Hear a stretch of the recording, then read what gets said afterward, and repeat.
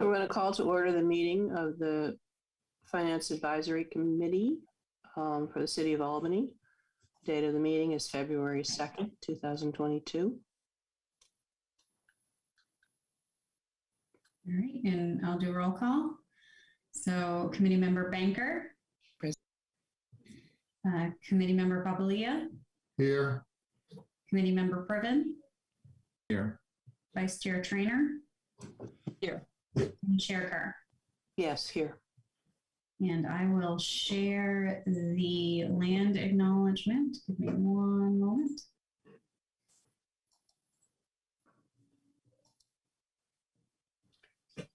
So I'm going to read the land acknowledgement statement from the city and from the committee.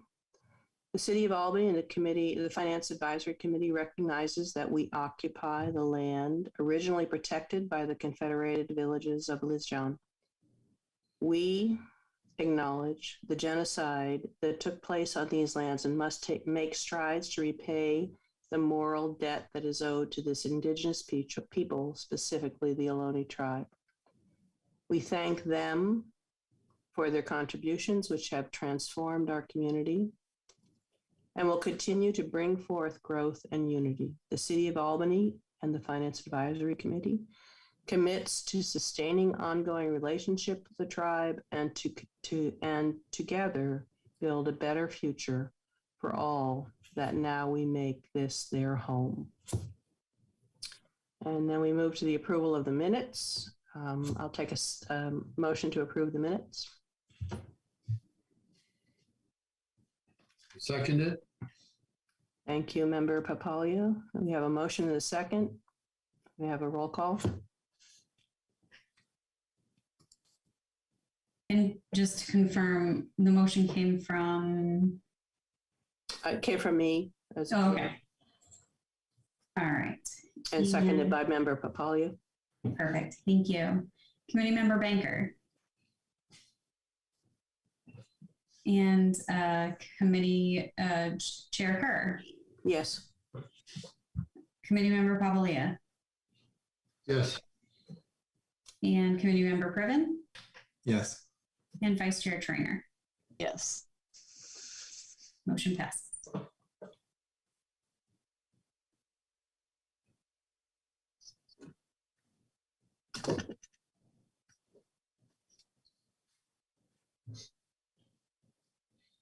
So moving on the agenda, we are now, hang on while I find where we are.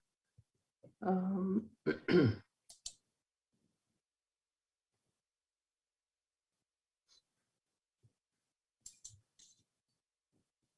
sorry, I was reading that, the letter. Yes, please take a moment to read the letter, which came in at too late for us to consider, but I'm going to be searching for the agenda while you all do that. So please do that. It comes in as a different sender. It is.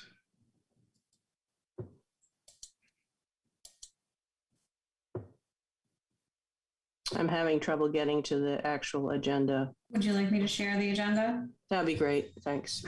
Sure.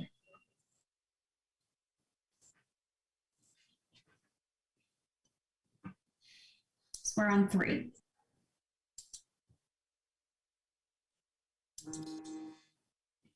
And I'm still not seeing it. Let me come over to my other device here.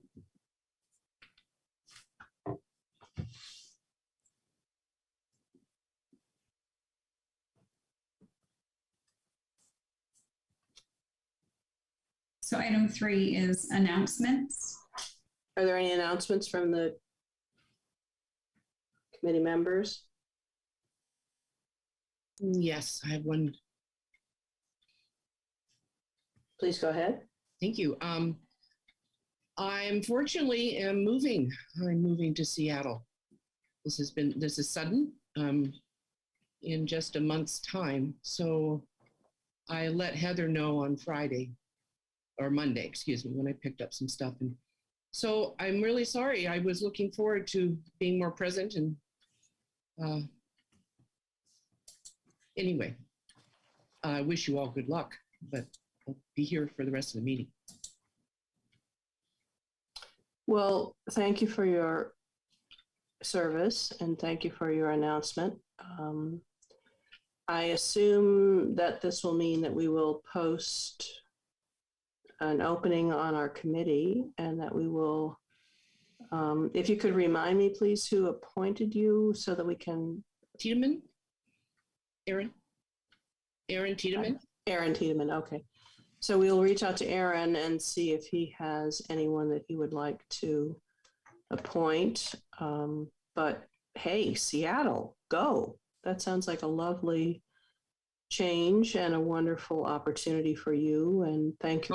Daughter and partner and grandson, 4.5 years old. So yeah, I understand. I and the pandemic doesn't makes you want to be a little closer with a group of people. Anyway. Indeed. Thank you.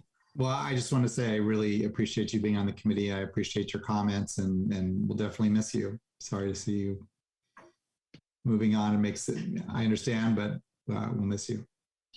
Thank you very much, Mark. I hope you'll be able to find a place to similarly serve the community that you're joining. And I hope so too. Good news for that. So we've had announcements, we've had approval of the minutes. We are now at item 4, which is public comment. Any members of the public wish to make comment at this point in time?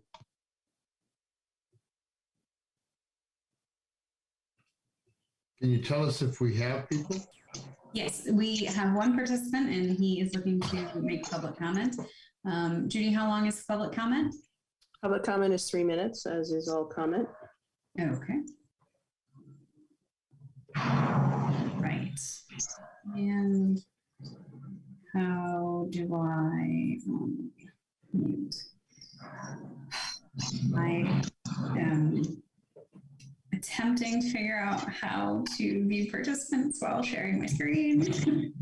It's okay, I'm already on. Oh, perfect. All right, you can go ahead, Jeremiah. Okay, thanks. Good evening, everybody. This meeting is being recorded. Jeremiah, I'm a member of the SEJC, but I'm speaking for myself tonight. I checked the agenda and gosh, there's a big echo. Is someone's microphone on? I checked the agenda. I couldn't find the link to the minutes. Maybe I overlooked that. I'll check again. It's just, I guess it's new. Oh gosh, what's that noise? Yeah, maybe I just overlooked the minutes. I just couldn't find it. It's a new computer program, software program, so it's a little tough to search for it.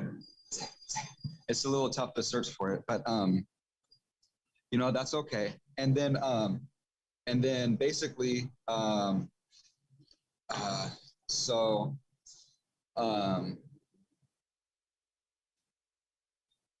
there's a lot of grants. You know, going on in Albany. You know, a lot of money that we need, that we have. I'm just wondering, where's the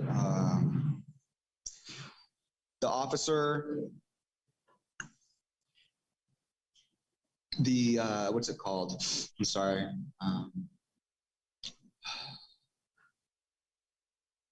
Equity officer. I guess there's supposed to be an equity officer. A city staff is supposed to create a job. The equity officer, I was just wondering what's going on there. A couple other things. Regarding the crossing guards, I was wondering how much UC Berkeley is paying. Are they paying for 3 crossing guards and the city is paying for 3 crossing guards? I was just wondering the contract with crossing guard company, how much money we're paying, because I've witnessed Albany parking ticket meter guy doing crossing guard duties on San Pablo and Marin. Is that because the company we hired, their employees aren't showing up for work? I mean, is that what's going on? We just hire an unreliable company, so we got to pick up their slack? I don't know. I think there's a better way to do crossing guards in Albany instead of hiring a company. First of all, you should throw out, you know, a memo to the public to ask any parents or anybody who wants to volunteer to be crossing guards. You know, I think we're missing out on volunteer opportunities. Please check the Pedestrian Safety Act for the grants. Thank you.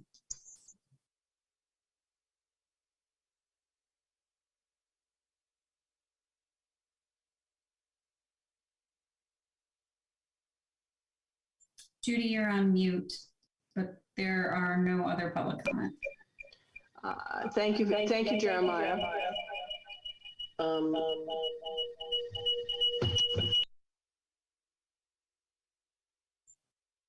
Yeah. Am I still having the feedback?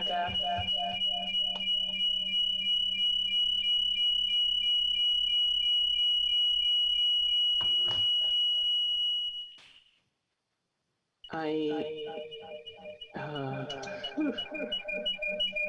you have a second thing open, like your computer that has a microphone?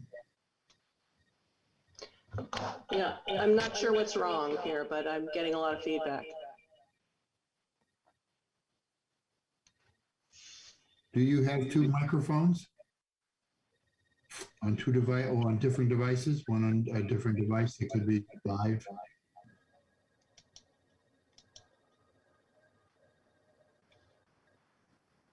I'm just wondering if my voice is doing it too.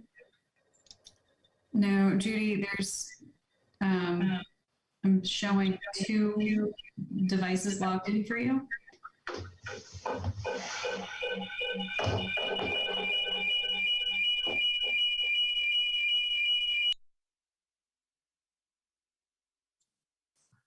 I think a way that you can fix that is if you need to have a second device so that you can see the screen, make sure that it is muted and the volume is turned off on that device, the second one.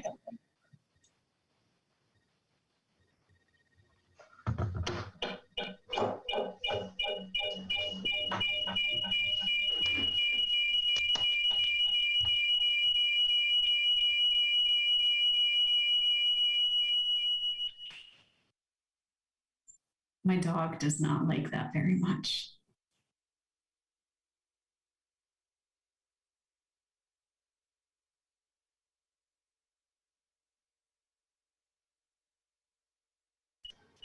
My apologies. I hope I've turned everything off. So I think you need to mute the speakers on whatever you're using for your camera. The device that you're using for your camera, if it has speakers, you need to mute those.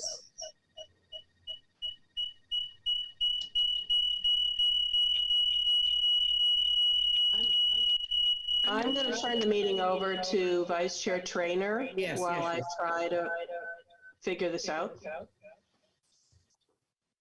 Okay.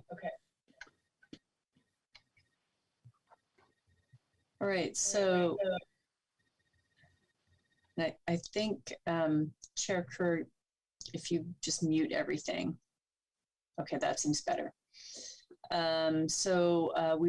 We just finished number 4, the public comment section of the agenda. And so that brings us to the presentation. So this will be Heather giving the presentation for the fiscal 21-22 second quarter update.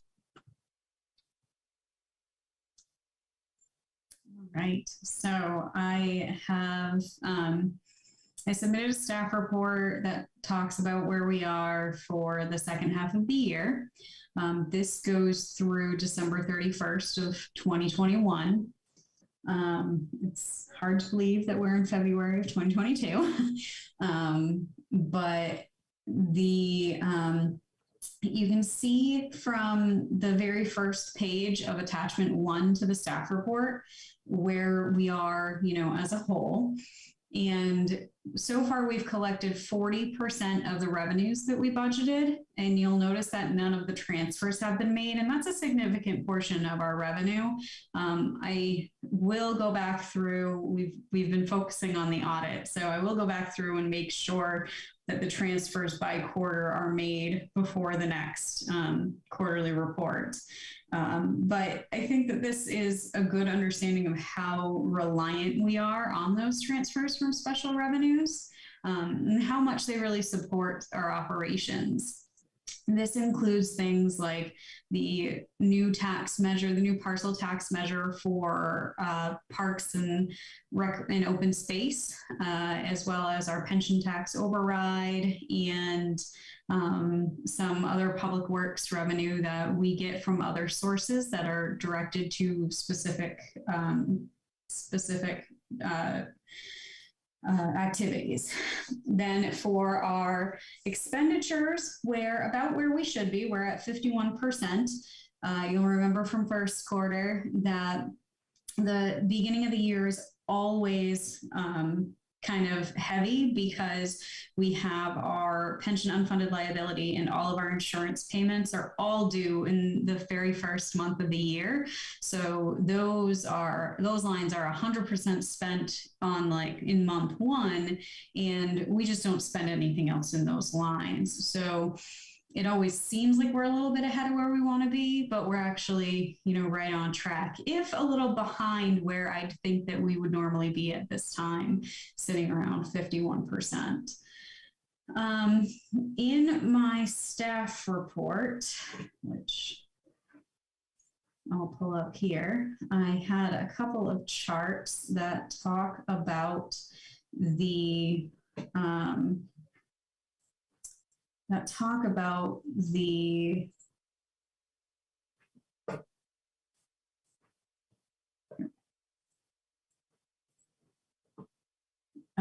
where we are. So you can see that expenses have been climbing steadily. Again, our insurance costs and our pension costs have gone up year over year. But I also talk about how our staffing, we're much closer to fully staffed than we were previously. Now, again, that's a very fluid number. People come and go, just like any organization. So, but we have spent a significant more money this year than we did at the same time last year for staffing costs. So that's something that we will continue to see increasing. Our revenues are, while they have increased from last year, they're still pretty flat. So that's something that, we need to be aware of and think about how it's clear that, it's clear that expenses are outpacing revenue growth year over year. And this is just for the first half of the year.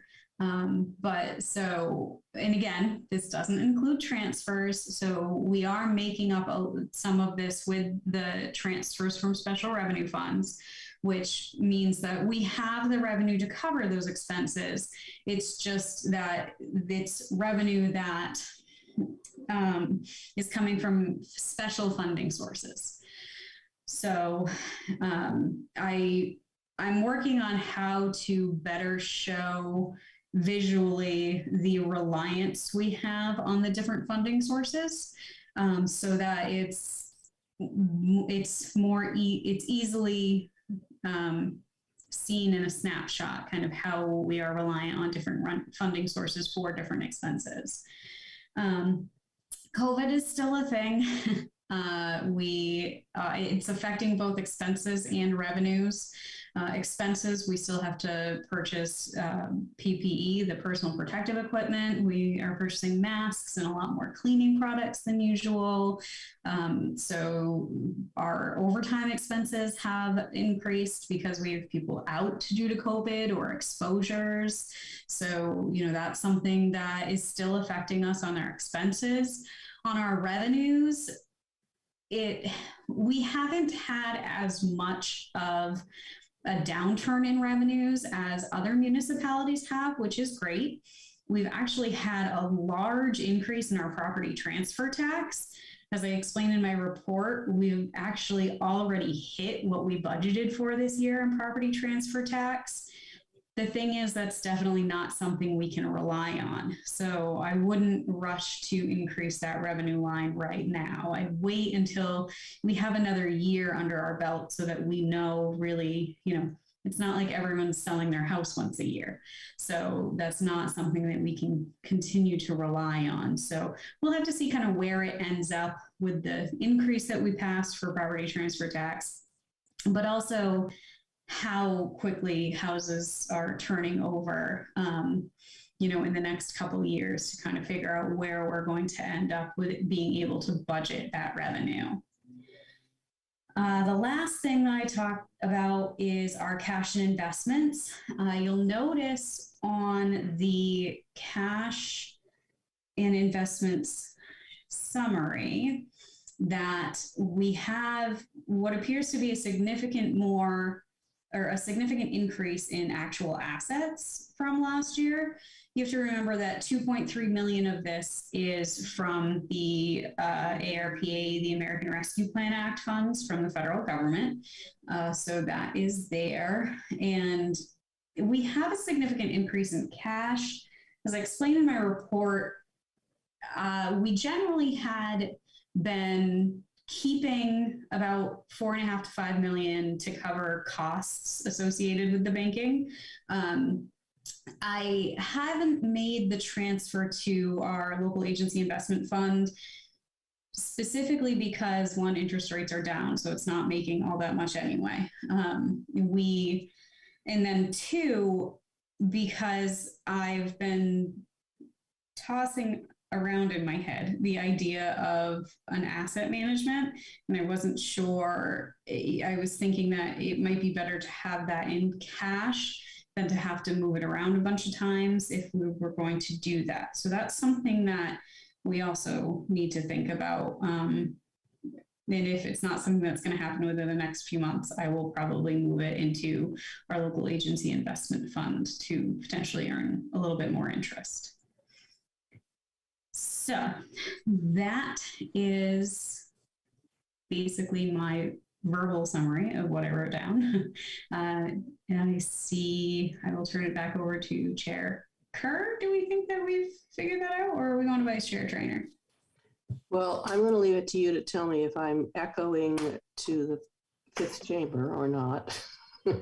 If not, then I'm happy to take the meeting back. I think you're all set. Okay, good.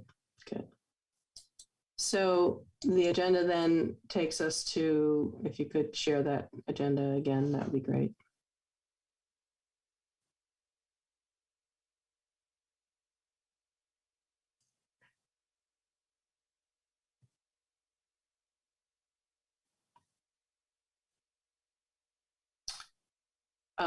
I think we're on 5.1 at this point.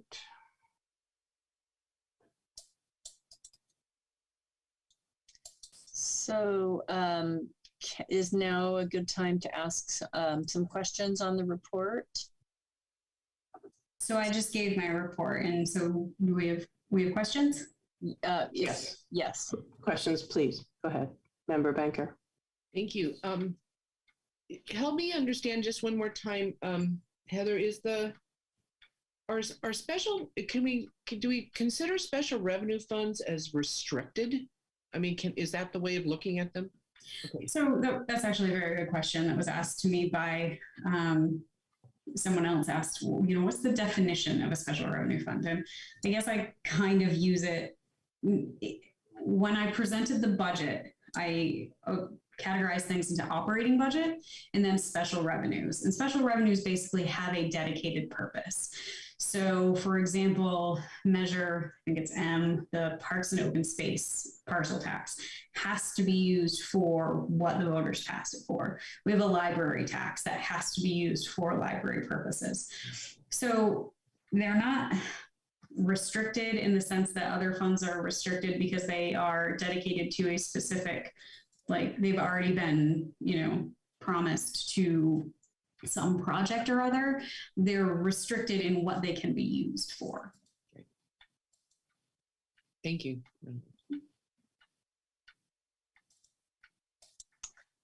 I have a couple questions. Please go ahead.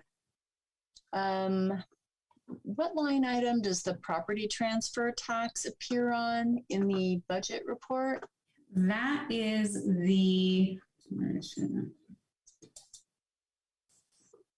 nope, it's on the wrong. Nope. Oh, right, that's because it's down here. It is in the other revenue. So included in other revenue, which if I scroll down to the detail, is under non-departmental. Other revenue includes things, franchise and other taxes. Franchise and other taxes include franchise fees that we get from the cable companies, from Waste Management.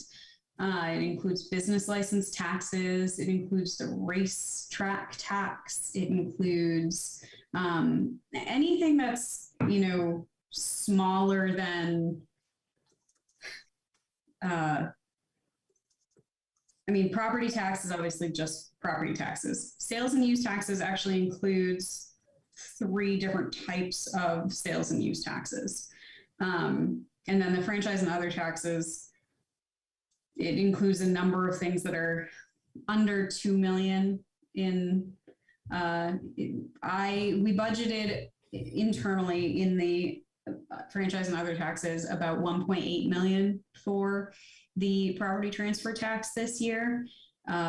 We historically have not made that until we've made around there. We haven't really exceeded it by much until last year.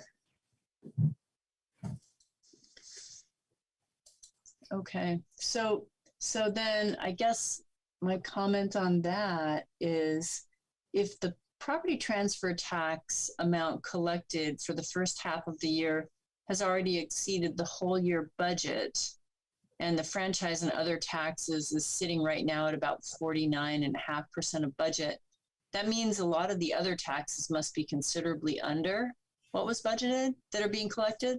So our utility users taxes are also in that category. And our utility users taxes, the electricity, there's one vendor that pays a significant amount at the end of the year. And so that generally will catch up. We are about to start collecting our utility users tax on water. We haven't actually realized that yet. So that will come shortly. I think they actually started assessing that in October. That took a little bit longer to start collecting than we had anticipated. I'm trying to think. I don't want to dig through all my files to pull it up yet, but there are a handful of things in there that we don't anticipate to come in until later in the year. Okay. And then can I also ask, what is the process for allocating those ARPA Act funds? So you said we've got $2.3 million in those funds, and how can we apply those against some of these expenses? So they're very restricted. I've gone to council a handful of times on how we can spend them. There are 4 categories. The Treasury just came out with their final rule on this, which changed slightly from their interim final rule. So I'm still trying to figure out what the differences are between the two. But in general, there are 4 categories that you can spend the money on. You can spend the money on direct pandemic and economic effects of COVID.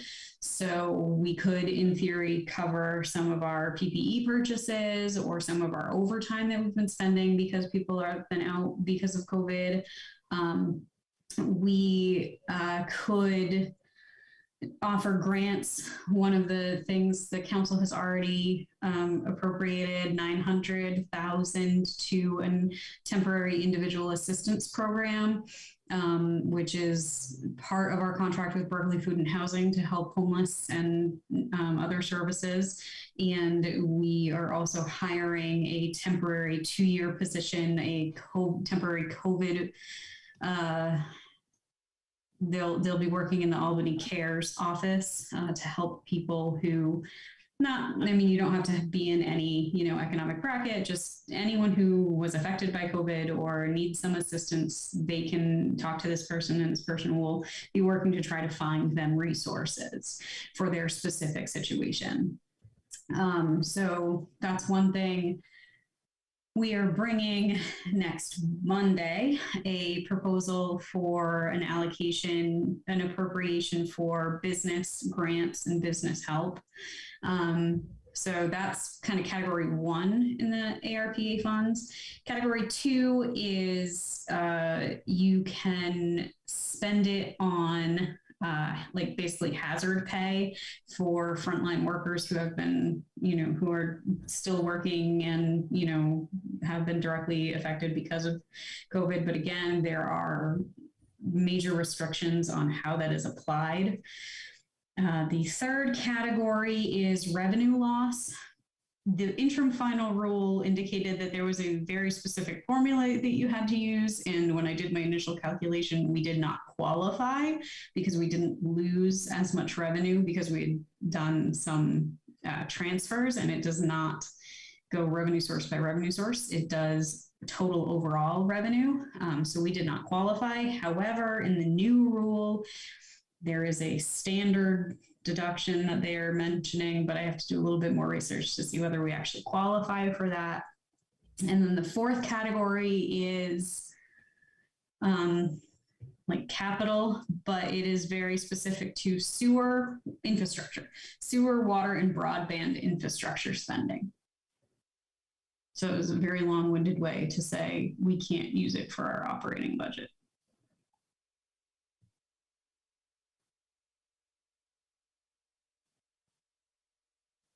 Thank you. Are there any other questions for Heather on this report? Yes, by the way, I did raise my hand. Is that visible? I can see it, yeah. Mm-hmm. Okay. I mean, with all of this feedback, I'm not sure. All right. I have quite a lot of questions, actually. Can we go back to the general, this right here that we were discussing? Yep. There are 3 items, the revenues. I mean, a part of our job is to balance revenues and expenses. The 3 items, the first 3 items are 8 million, 4 million, and 5 million. And when you have them like this, it's really not very informative for us to understand where we get our money. Is there a better way? I personally would like to see this and broken down into chunks, just like you were describing. Is there a reason why it's done this way? I'm going to give you the answer that I hate when my staff gives it to me, but because it's always been done this way. If I added in every line that we track internally, it would be a lot of information. I am more than happy to provide it to you.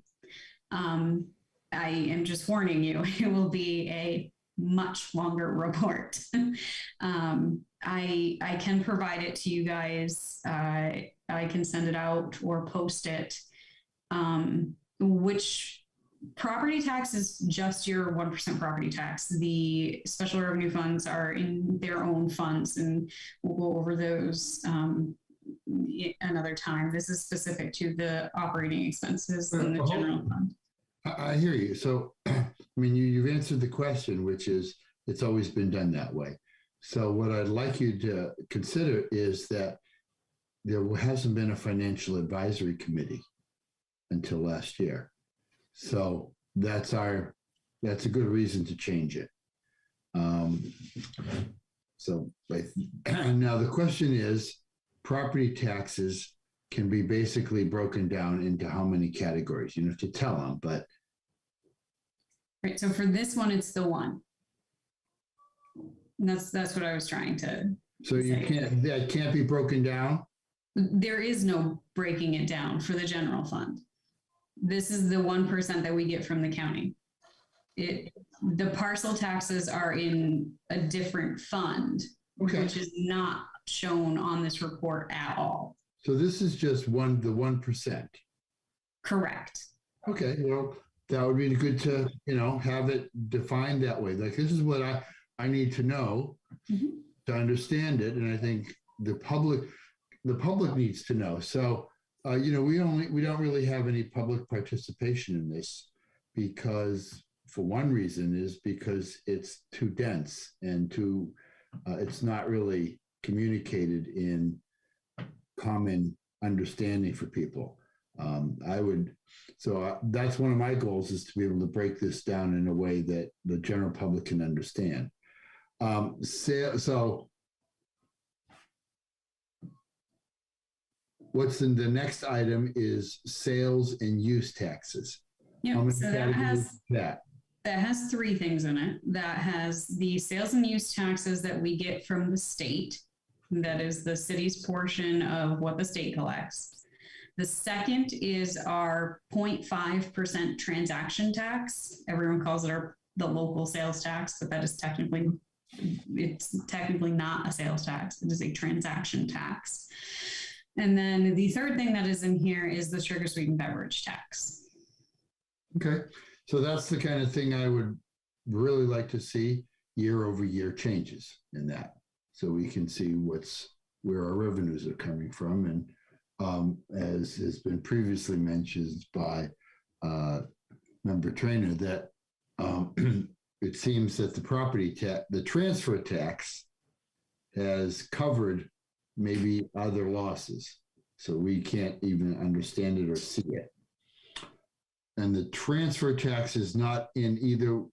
Is that in the franchise and other taxes? Yes. Okay, so then franchise and other taxes could be broken down into how many categories? All right, give me 1 second to pull up the file that has all of the information in it. I think it will be easier to show it to you.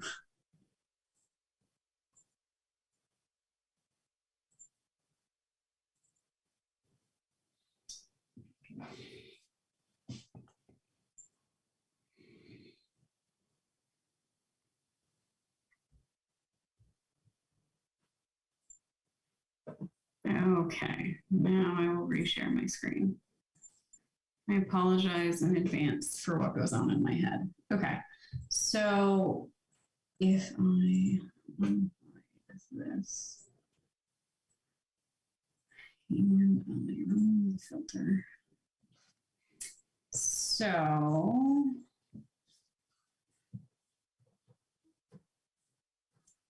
I know you're here somewhere.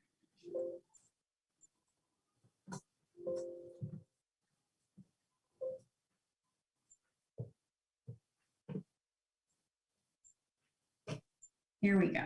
All right, so franchise and other taxes includes the franchise, these are technically fees, not taxes, on electric, gas, garbage collection, and TV. And then we have a utility users tax on electric, gas, telephone, and water. We have a business license tax. These are the penalties for late business license fees. There's a state fee for the business license. We have the property transfer tax, transient occupancy, which is our hotel tax, and then we have the racetrack taxes. So the racetrack is only bringing in 161,000. Is that correct? That was in fiscal year 20. It was shut down in fiscal year 21 for the most part. So there was only a very small amount. We have been budgeting 200,000 in this line since I came on board. But their revenue has been decreasing year over year. So that's important for us to know. And so let me see. So the transfer tax, I'm kind of missing it because that says reduce. My fellow commissioners, committee members, so I can see it. All right, so we're having, can you tell us what that one is and what's happened? the property transfer tax. Yeah, because that's the biggest item.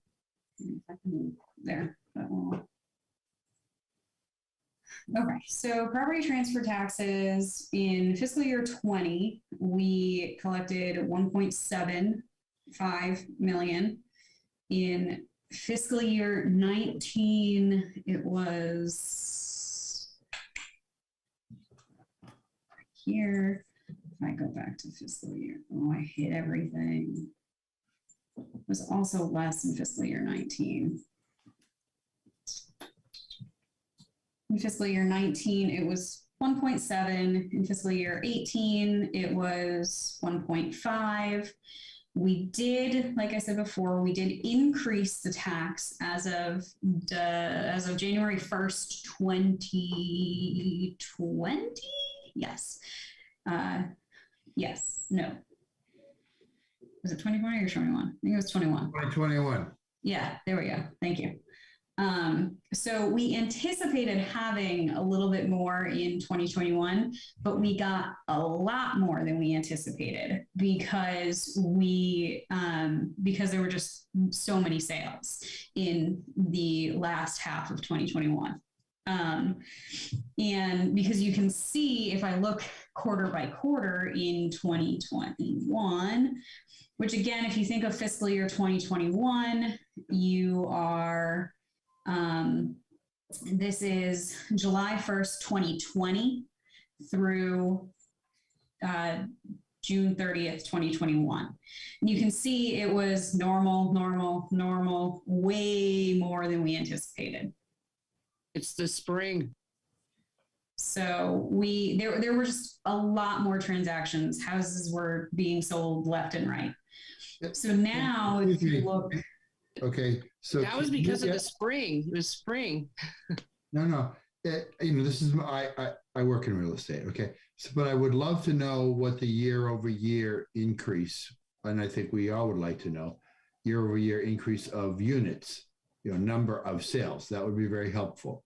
And if you don't have that, then and can't have it, then I can look into getting that. So we can project. I mean, that's how you budget for. The transfer tax was increased from, I believe, 1.15% to 1.5%, which is basically a 33% increase. So therefore, we should, if all things remain the same, we should have budgeted for a 33.33% increase in the revenue. And we did, but it went into effect halfway through a fiscal year. So we budgeted for half of an anticipated increase for a year. So when I go back to the presentation, this is what is shown. You'll see that the budget, we had been receiving, 1.7. The budget was 1.8, almost 1.84. And that was based on, I got sales data for the last 3 years when we were working on the ballot measure. And I projected out if we averaged the sales for the last 3 years. So I do have how many units, I just don't know it off the top of my head. When I averaged out the sales and the sales amounts, like what the houses sold for the last 3 years, and applied it to, how much tax we got, this was approximately how much we anticipated we would get based on those 3 years. Again, a lot more turnover happened than we were anticipating. So, but that is not something that we can rely on consistently. Not saying we need to rely on it. I just want to know what it is and how the numbers factor out, since it's such a major part of our revenue stream. And okay. Thank you, Member Papalia. Are there other questions that Oh, no, members? I've got along. I mean, this is the point of our committee, is to figure this stuff out. So we have, you said the sales and use taxes can be broken down. So I'd like to see what those are. You've shown that there. And I would love to get that data to be emailed to me, right? This week. Then, so wait, this was sales and use taxes. Okay, franchise and other taxes. That's $5 million. Great. Yep. Now, is this mixed? Which is what we were just going through? We just went through franchise and other taxes. That's what the property Okay. transfer tax. And the sales and use taxes, you went through that. That's both then. Sales and use tax I see as, no. It's basically 3 items. Correct. Okay. All right. Let me see.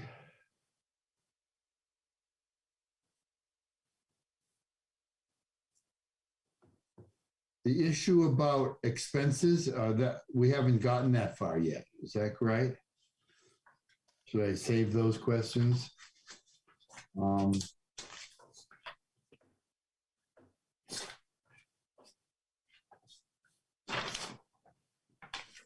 Oh, I know. So you're proposing that the amount of money that we have we're holding how much cash? It says cash and investments on page 4. Right. What the kinds of things, other things that we could be doing with the cash? Besides letting it just sit there at low interest rates. So one of the things that I have been wanting to broach is the idea of getting an asset manager to invest some. The city does have an investment policy that is very strict, which is along, with state laws regarding what we can and cannot invest in. So we're not going to be like investing in emerging markets or anything like that. But there are asset managers who specialize in municipal investing, and they, bonds, CDs, they do their best to try to find whatever has the best rate right now. They would work with us in how liquid we need. We have a lot of cash. The city has a lot of the local agency investment fund. We have, 29 million in there, is just a money market fund. It's not anything that is really making us a lot of money. So if potentially tying up some of our money for 5 years, having a vesting schedule basically for, some of it is only tied up for 1, some is 3, some is 5, so that we can get better interest rates for investing longer term.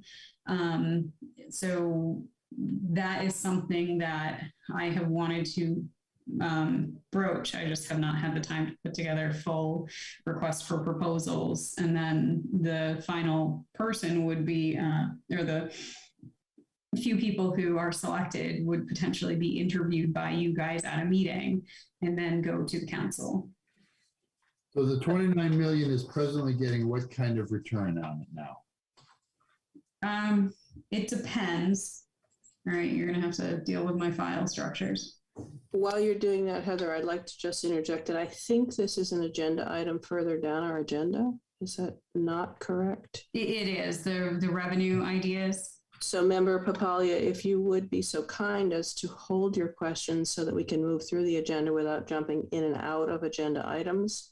I'd like to suggest that other members have their hands up, and I'd like to hear from them as well, because this agenda item is itemized further down. I'd like to go back to anyone else who has any comments. Please let us know. So Member Priven has his hand up too. Member Priven, please. Yeah, thank you. So, excuse me, just a couple of comments. So the first one, I guess the exhibit where you show how much money we have in cash and investments, and there's sort of a very big jump from last year to this year. Can you go to that? Yep. It's here. Nope, not that one. Nope. No. Somehow, yeah, it's right here. Yeah, so there we go. So it's a $6 million jump from 37 last year to 43. I guess I'm just looking for a high level explanation. I know that you said about 3 million is money that came in. Yeah. 2.3 million is the ARPA funds. Obviously, there was a significant increase in the property transfer tax. We had a surplus at the end of last fiscal year. So we have a reserve, an additional cash that we added to just our fund balance. And so if you add the reserve, the surplus to the 2.3 million to the increase in the property transfer tax, we just have more cash than we did last year. So my interpretation of that is like somehow miraculously, like of the 6 million, like 4 of it or 3 or 4 of it is real, like actually more revenue than expense. So this is all city assets. It is not just the general fund. So Right. this shows in all of our restricted revenues as well. So Okay. for example, our library tax fund has money. We haven't increased the tax because we have, while the budget for that fund has indicated that it would have basically a deficit, an operating deficit each year, we haven't realized that operating deficit a lot because in COVID, the library didn't charge us. They only charged us for half the contract that they normally do. So the library fund increased significantly because the library's contract that we have with them is a multi-million-dollar contract. So if they're only charging us half of that, all of a sudden we have more in that fund. Now we can't use that for anything other than making improvements to the library. It's very specific to what we can use it for. So this increase is not just the general fund, but it is all funds. So the pension override tax fund also had a slight surplus last year. We're using that to make an additional contribution to the pension fund, to CalPERS. Right. I'm trying to think if there's what other funds had increases. But we have somewhere around 80 different funds. And so each one of those could, are a small portion of these assets. So, okay. So I understand that a lot of it's, I don't know if spoken for is the right word, but it's in a special fund where you can't just, spend it on, it has special designations as to what it's for, but still, I mean, it's a pretty good increase. So I guess I think you answered the first question, was that it seems like it's a real increase. Not all of it's in the general fund by any means, but it actually is a real increase in assets, and that it does mean that that less money was spent than came in, right? And when we present the audit, we will be presenting, we'll say, you know, this is what our surplus was. Here's how we suggest that we allocate that surplus. We are not currently budgeting to save for assets. So we're going to suggest that we take that surplus and break it down into, are we going to make additional contributions to the pension fund? Are we going to set it aside for asset reserves? Because while it seems like we have a significant amount of money, and we have a lot of cash, you know, a lot of this is sewer. You know, our sewer fund has $6 million in cash, right? And we are planning on spending that all over the next 3 to 4 years on sewer improvements. And our capital improvement plan has a number of road replacements and park projects that we're working on and all of those kind of things. So we will be suggesting to set aside some of this for routine asset repair and replacement. We last year before, I don't know, COVID has made everything. The council passed a capital reserve fund policy that established funds for the repair and replacement of assets for different departments. We didn't have that before. So we have both a general fund balance policy that has an analysis done to see, you know, what could go wrong and how much do we need to save for that. And then we have a separate set of funds where we say, okay, every 5 to 10 years, we need to replace these things. I'm working on a more comprehensive asset strategy. I have not been able to pull that all together yet. But having the funds and some money set aside is a start. It is by no means enough money. And that's why it may look like this is a lot of money and a huge increase, but we haven't started saving for those things yet. And so, okay. Yeah. So one more quick question. I know a bunch of people have other committee members have more questions. So you kind of went back and forth between assets and surplus. And I just want to ask quickly, are there any offsetting liability increases that go along with this asset increase? Or is this really, like on a global basis, a surplus increase, I guess? So there is a full surplus. So taking into account receivables, payables, everything, we ended up with a surplus. No, but I guess I'm saying if assets went up by $6 million, 12/31 to 12/31, our roughly, liabilities did liabilities go up by 6 million, or did liabilities, like, was there a big change in liabilities that you know of? No. Okay.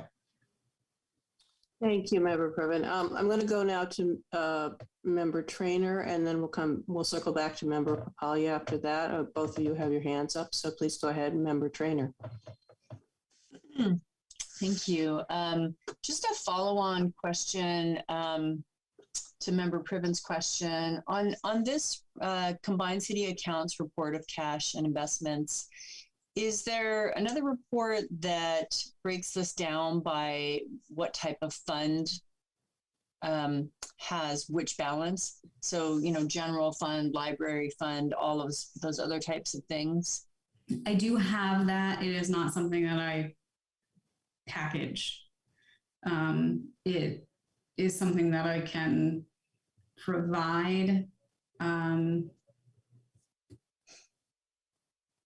Yes, I can provide it eventually. I would just be curious to know, you know, of this cash balance, how much is for the operating reserve and what's really general fund cash and what's restricted for specific fund purposes.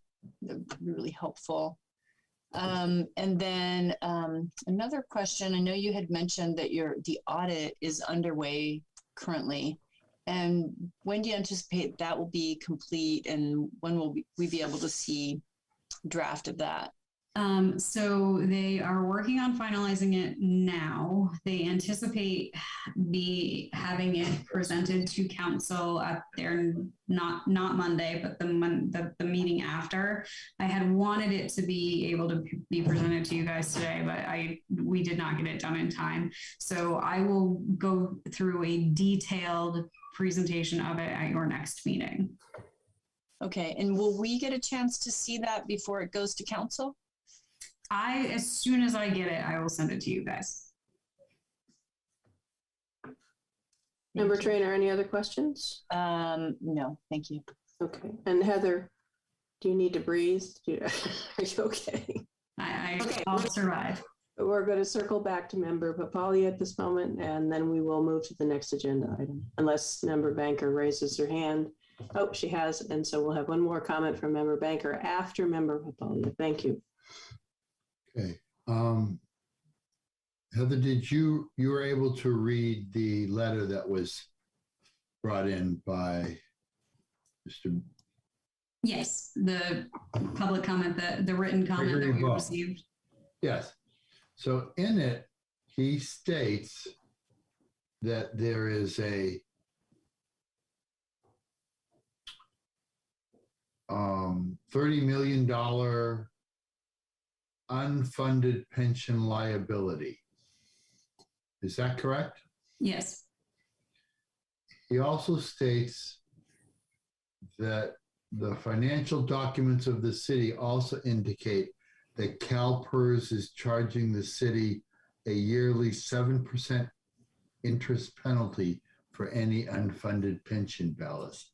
Is that correct? So CalPERS, because they anticipate that they would be making 7% on any given year, charges cities 7% interest on any unfunded liability that they have.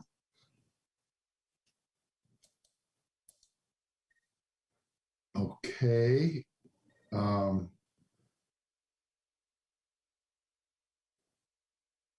10% of 30 million is 3 million. 7 is around $1 million. So there's $1 million that's being, where's that coming from and where's it going? It's just factored into the actuarial. We don't get a bill for it. It's just added to our balance with them. So that means the 30 million becomes 31 million unfunded pension liability. Ish. It depends on the contributions that we make during the year. It depends on the actual interest in investment earnings that CalPERS makes throughout the year. It's a very complicated. Is that number or whatever in this report? No, it is not in. This is my report on the operating budget for this quarter. So the operating budget does not, so where is the pensions? So the 30 million outstanding liability is presented in the financial statements, which is the audit. Audit. And when do we as a financial advisory committee get? I plan on doing a complete review of the audit in depth at your next meeting. Okay. And I personally am not that interested in delving into the details of pensions. And I'm trying to figure out who on our committee, I'm more interested in trying to figure out ways to increase revenue. Can other committee members remind me who's interested in this in particular, if anyone? I am. I am as well. Okay. Good. I don't know, at some point, Chair, I would, we never get it, we haven't had a chance to meet in person. So at some point, it would be nice to somehow figure out a way to have some subcommittees to deal with these issues of two people of like-mindedness. I'm happy to entertain a motion for a subcommittee to look at that issue. If there is one right now, in a second, we can vote on that.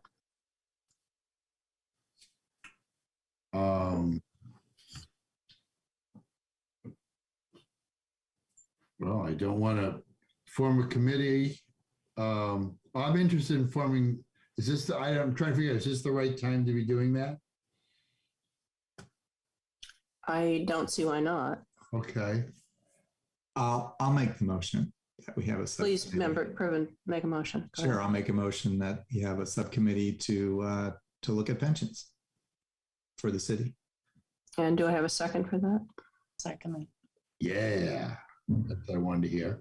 And can we, Are we just creating the subcommittee, or are we specifically saying that Member Priven and Vice Chair Trainer are the subcommittee? No, I think we need to do it step by step. We'll create the subcommittee and then appoint.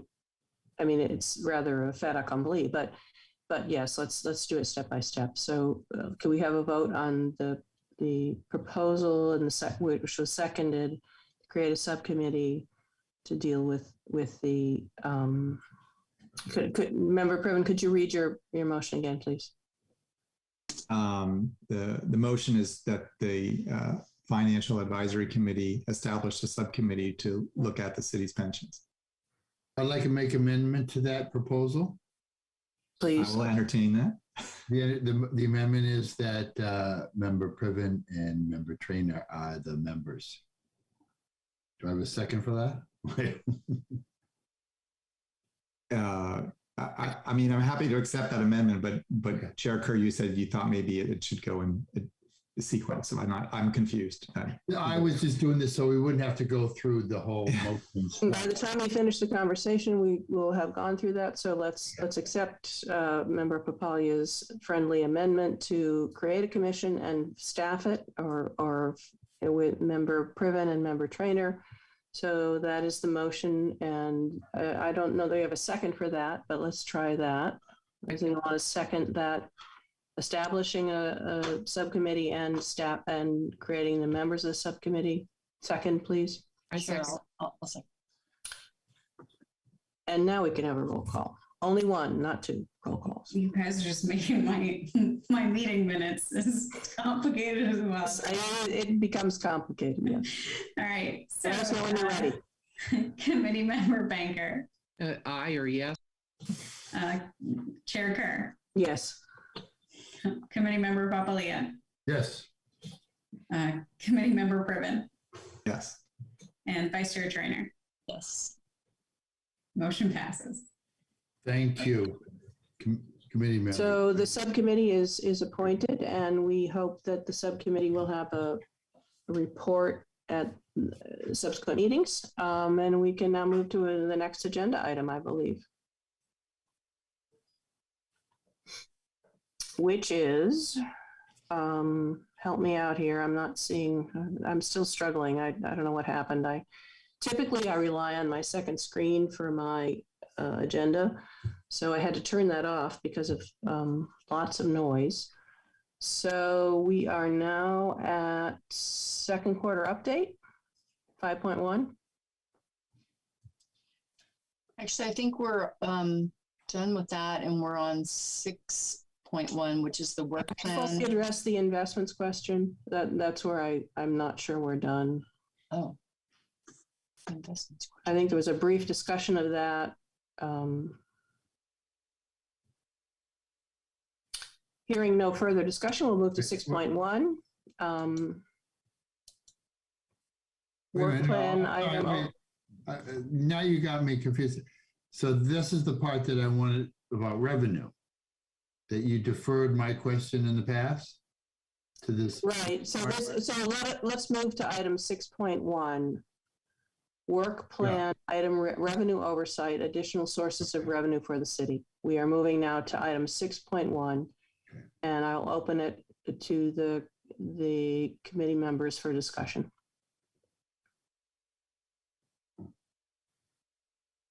And I'm sorry. I think we were supposed to take public comment on my presentation, and the public does have their hand raised.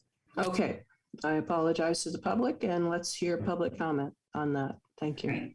Give me. Yeah, thank you Heather, for noticing. I was actually just sending you guys an email because public comments important on every single agenda item. So thank you. So yeah, the racetrack, they need to be paying more. This is ridiculous. I mean, absolutely ridiculous. That racetrack, you know, they've been killing horses all of last year. They were operating business. I mean, I know.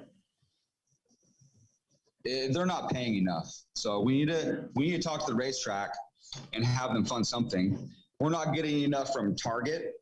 We're not getting enough from Habit, Starbucks, Sprouts, Safeway, USDA, Banfield Pet Hospital, Petco. These are big franchises. McDonald's. Wait, is McDonald's in Berkeley? Yeah, it is. Anyway, we got the old folks home, you know, behind Sprout or behind Starbucks. I forget the name, Bayview Elderly Living Center. We got all these businesses in Albany. We got car dealerships. I just don't think we're bringing in enough on taxes. You know, and I'm sitting here watching you guys tell me all this in my face about how we're giving Berkeley Food and Housing $900,000, almost $1 million. So let me ask you, why am I paying $200 out of my pocket to fund a laundry program for the homeless? When the city has all this money, all these millions of dollars, I feel sick to my stomach that I should have to pay $200 out of my pocket every week to do a homeless program. You know, I think this is an advisory body, and I hope that, you know, you could advise city council to use some of this millions of dollars with COVID relief money, Berkeley Food and Housing, to start a laundry program and start paying for it. Because I'll tell you, after seeing all this, I don't want to do it anymore. But why should I have to? Why should this have to come out of my pocket? You know, when we got $900,000 for Berkeley Food and Housing. Well, maybe Berkeley Food and Housing needs to use some of that money and do some homeless laundry. You know, I just feel I'm being undermined here and being taken advantage by the city. You know, oh, Jeremiah will take care of it.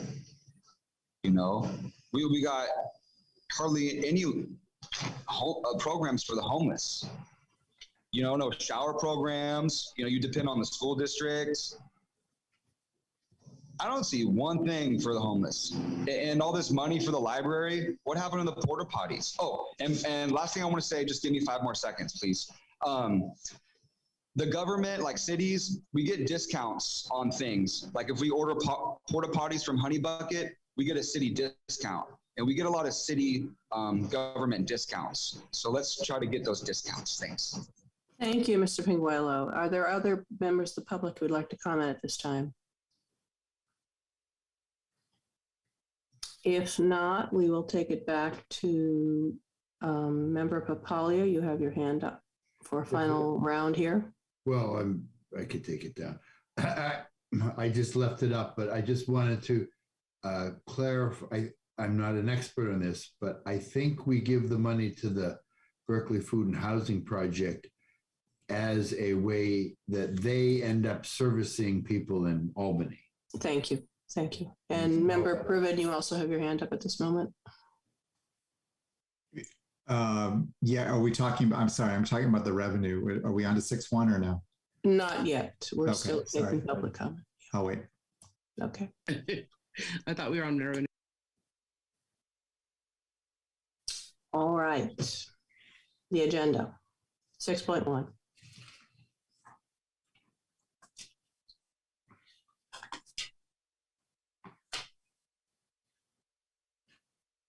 Oh. Oh, good. So at this point in our agenda, we're needing to talk about work plan item of revenue oversight, and this is really just intended as sort of an open discussion on potential sources of revenue for the city. We don't have a specific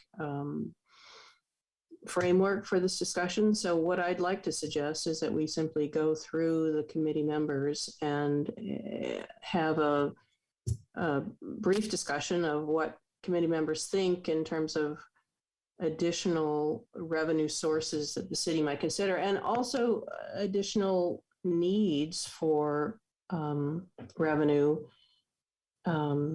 expenses that may be pending. And I'd like to start with Member Priven, whose hand is up.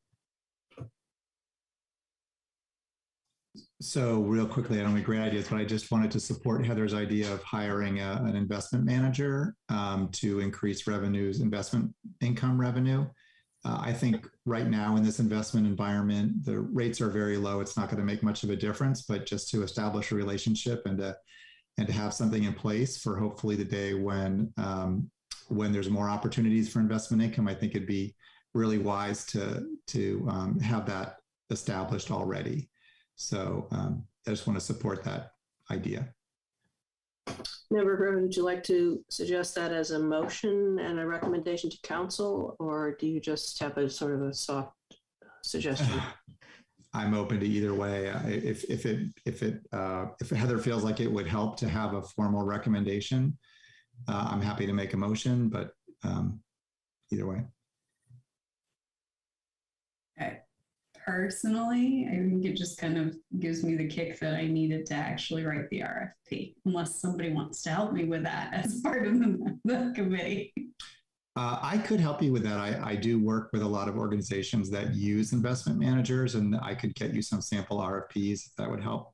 That would be wonderful. Sure. So absent a need for a motion, I'd like to recognize Member Papalia. Your hand is up.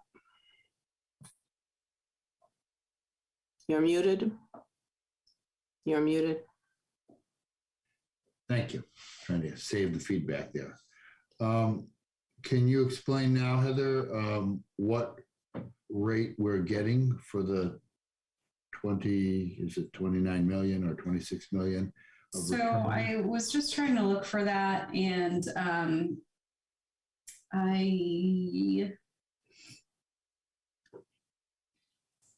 we get interest quarterly on that, and they come out with use.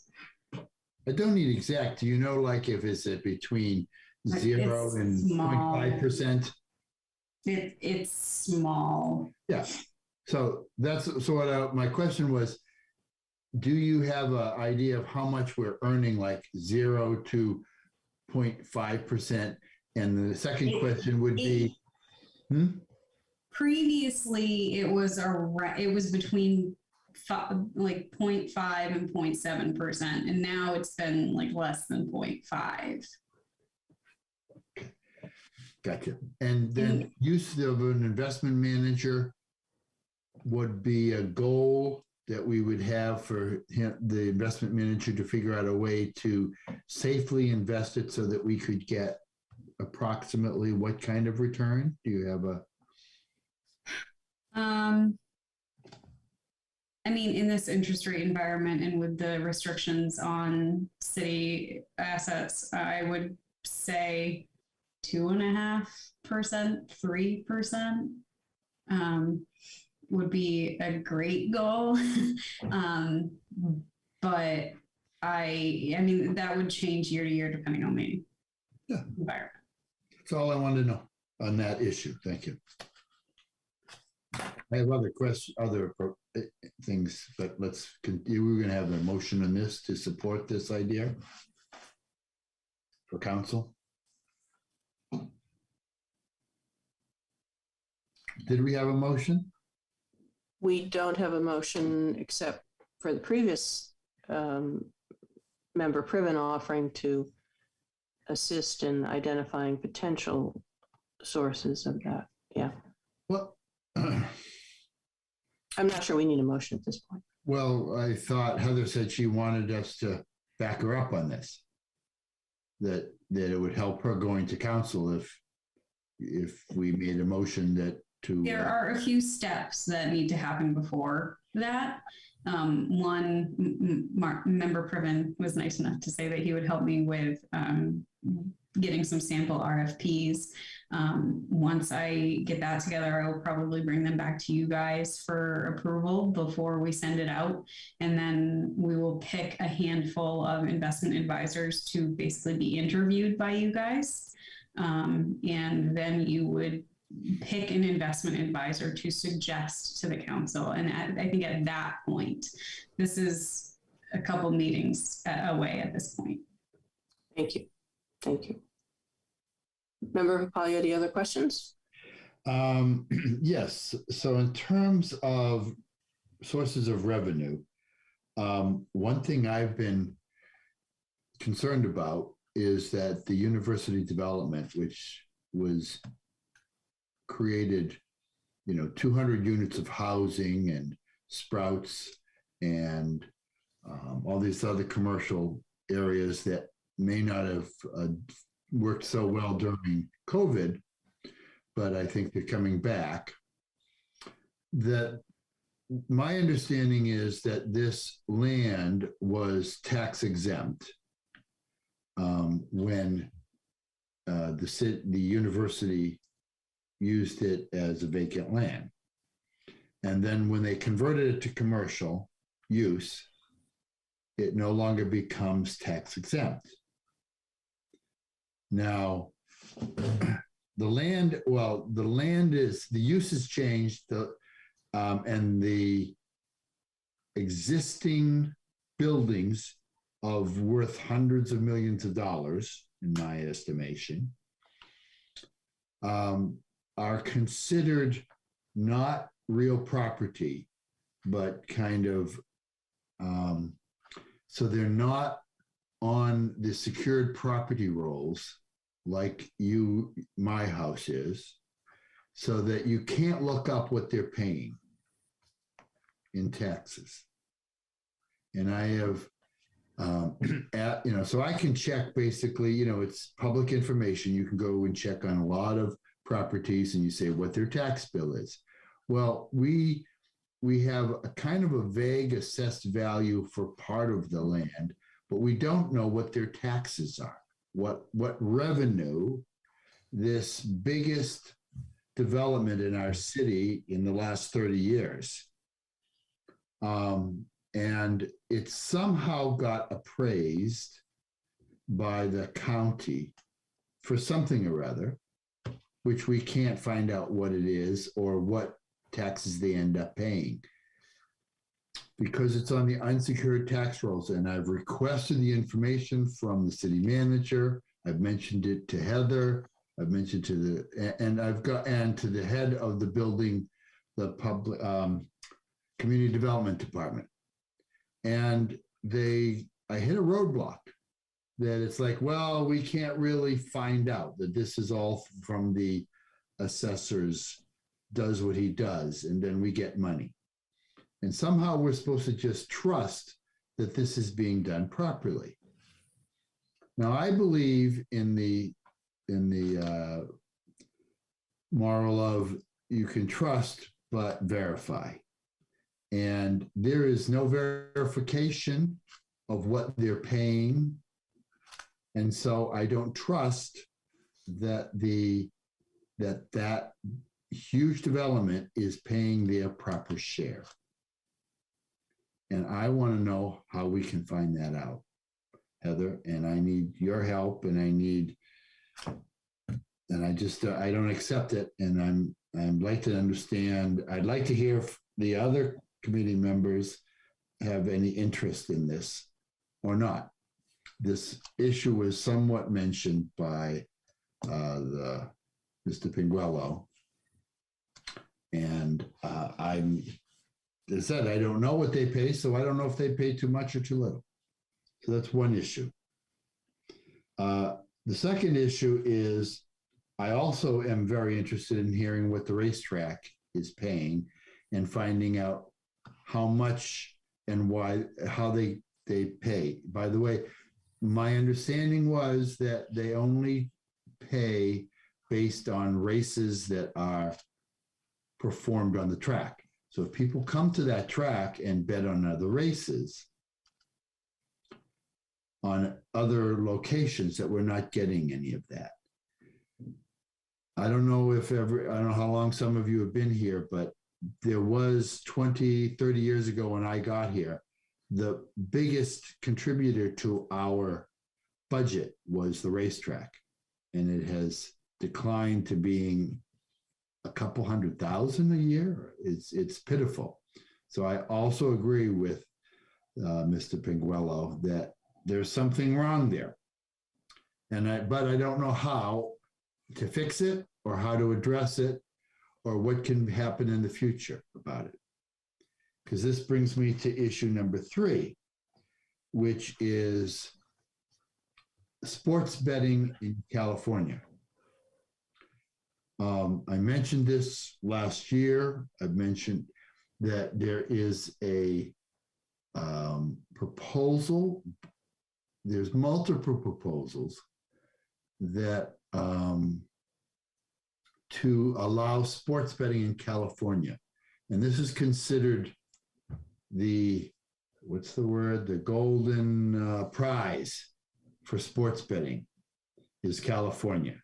Can you imagine where a fifth of the country's economy and we don't have sports betting?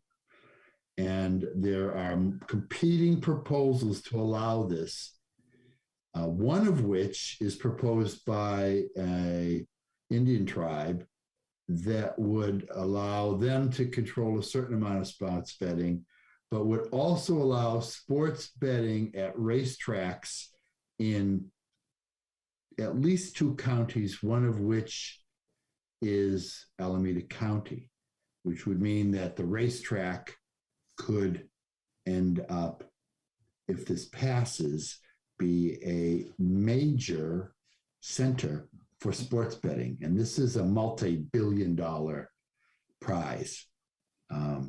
I want to know more about this.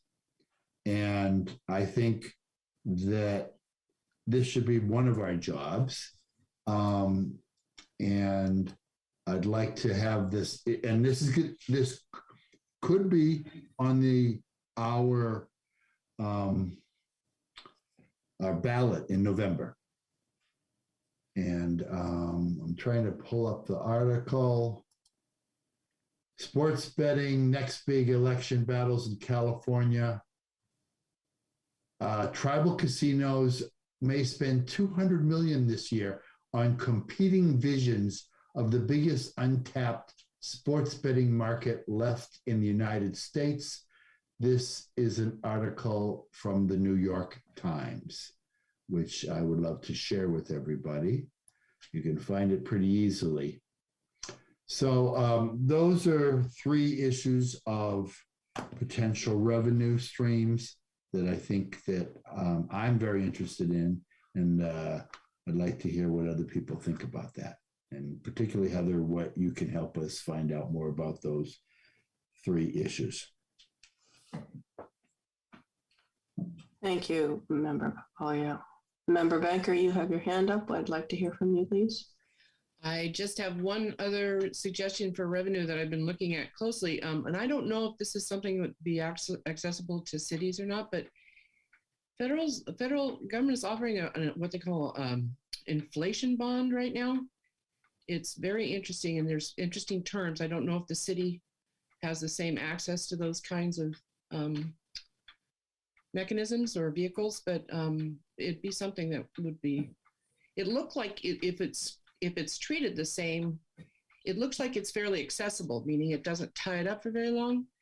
There is some stability issues with it, but it just, with what's going on with inflation, I don't see this going away anytime soon. I mean, it's going to be controlled to some degree, but you know, we've been watching this a long time. Anyway, that's it. I had a couple more things, but I think I'll just let them go. Thank you. I have a couple of thoughts about, or I actually have one thought about revenue sources, and that ties into the recent decision by the Transportation Committee to eliminate 200 parking spaces along the Key Route Boulevard. And living in that general neighborhood and being concerned about the impact of eliminating that number of parking spaces, I wonder if it's time for the city to consider residential parking permits as a source of revenue. Certainly El Cerrito has already preceded us in this decision. It is based on, El Cerrito's decision was based on individual neighborhoods consensus formation and deciding that that was a good way to go. But as we increase the density of our housing, as we eliminate parking strips to accommodate bicycles and electric cycles and scooters and other items, other mechanisms of transport for that last critical mile, it may be important for us to consider that as a potential revenue source. The city owns the streets, and those parking spaces are potential sources of revenue for the city. Obviously, in instituting a plan like this would incur a certain amount of cost and oversight and management, but it is something worth considering in my view. So those are my thoughts. That is my single thought, is residential parking permits as a source of revenue for the city. Member Priven, your hand is up, and Member Papalia, you're up again. I don't know. No, take your hand down if you're not up again. Member Priven, please go ahead. Sure, I'll just say quickly, I like all the ideas that have been presented. And just as a point of clarification, so Member Papalia, that when you talk about the UC Village, are you talking about the commercial development on UC Village, or are you talking about the residential area of UC Village? You're talking about the commercial development. Got it. Okay. And I'm just wondering, I wholly endorse, trust but verify as well. So I would love to, to figure out how much is actually being paid on those. And I'm wondering if there's some portion of the property tax that is, quote, verifiable, that is public information, maybe we could back into the amount that's buried in the total. You got the total and you got the amount that's verifiable. So, you just do the subtraction, you can figure out maybe what's buried in the total. I don't know how easy that is. You don't want to do it property by property, but maybe that's an approach that might work. But I really like all the ideas. Okay. From those ideas, are there any specific recommendations that we'd like to take further action on? Or Member Banker, your hand is up again. Oh, no, it's not. It's going down. Okay. Anyone else have any comments or suggestions to move this agenda item to an action item at this point? It's really just a general discussion, but. I guess, sorry, go ahead. Go ahead, Member Papalia. You're muted, please. Yeah, Member Priven can go forward. I mean, I want to hear what he has to say. I guess it just struck me that some of these things are the kind of things that are going to need some work between meetings, and maybe it makes sense for there to be a subcommittee or something that specifically empowers or encourages some group to be looking at these things. Would you like to formulate that as a motion? I'd like to make well, sure, I'll make a motion that there be a subcommittee that looks into additional revenue sources for the city. Would you like to appoint anyone to that subcommittee as you move ahead? No. Okay. Do I have a second for that motion? Member Papalia, I see you're seconding that. Can I have a roll call, please, for the formation of the subcommittee to look at additional revenue sources for the city of Albany? Yes. Committee Member Banker. Aye. Chair Carr. Yes. Committee Member Papalia. Yes. Committee Member Priven, Yes. and Vice Chair Trainer. Yes. Motion passes. And then would we like to appoint this subcommittee at this point in time? I would be happy to volunteer. And I don't know if there are other members who'd like to volunteer, if we'd like to simply poll for further. Member Papalia, are you raising your hand to appoint someone else or appoint yourself? No surprise, right? That's not a surprise. All right. And we can only have two. I believe that that would be the required number, and Right. no, any more than that would be too many. Okay. Now, the question is, Heather, can we have a meeting at some point? Like, I mean, Heather can be part of the meeting. So I would like to have Heather as part of this group because she can be a member. I think that the way subcommittees work on commissions and committees is that they meet and then report back to the major committee. So Heather, if you have any different information on that, please let me know. But I think as a member of the subcommittee, Francisco, you and I would meet and then we would report back with Heather participating in that greater meeting with all of the committee present. Is that correct? Yeah, and if you need assistance with certain data, we can schedule a meeting off during business hours, but yeah. Okay, sounds good. Yeah. What are the Brown Act requirements for these subcommittee meetings? Can't have a quorum. So if there are just two of us, then there's no requirement for public participation. Correct. That's correct. Yes. And you have to be very careful not to mention it to anyone else on the committee or discuss these issues until we come together at the next meeting.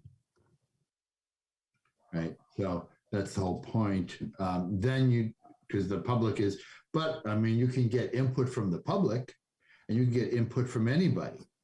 And I think you can get input from Heather, the thing is sometimes these subcommittees, deal with issues that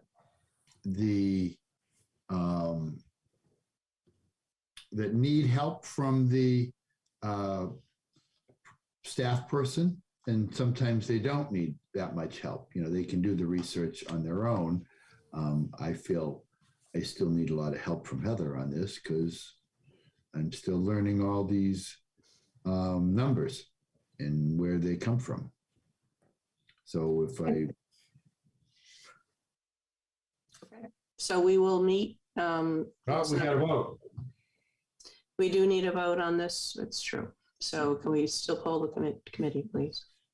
I think I need a motion for who's actually going to be on the committee.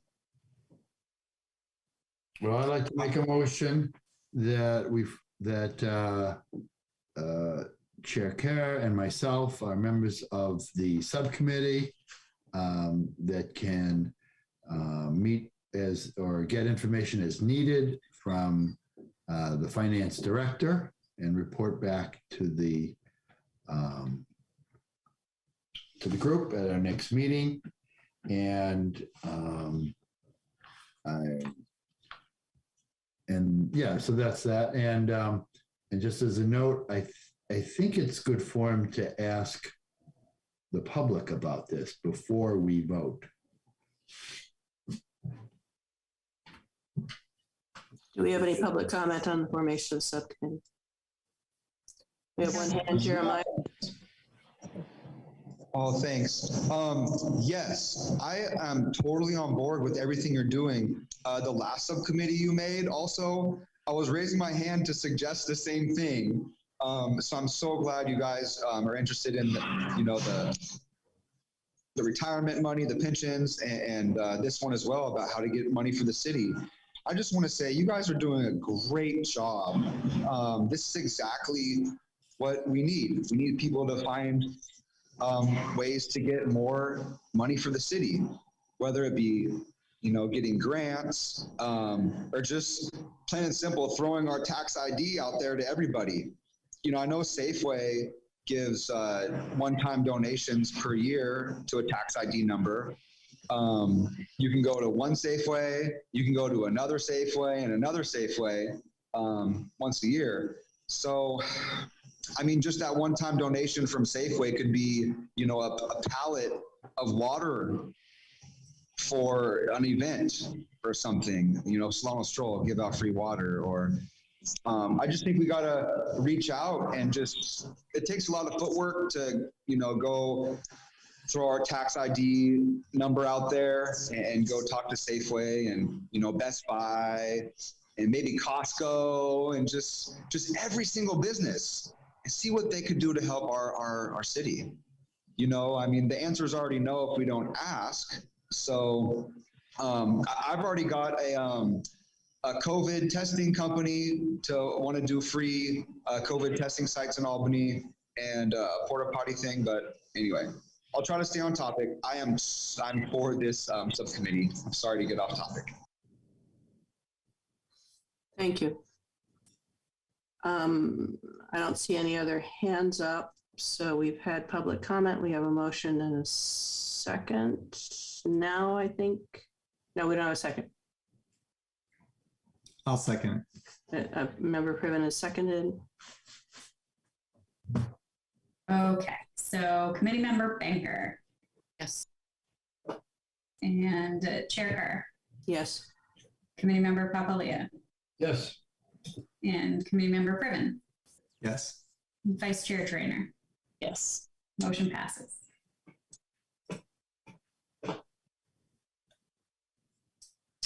And I believe that concludes the agenda items. Could you put I'm still not able to, there we go, yeah. I'm just not fast enough. Right. Future agenda items. Do committee members have any announcements or requests for future agenda items? I think it would be fair enough to request that each of these subcommittees report at our next meeting, which is May 4th. Are there other future agenda items that we might want to be looking at that time?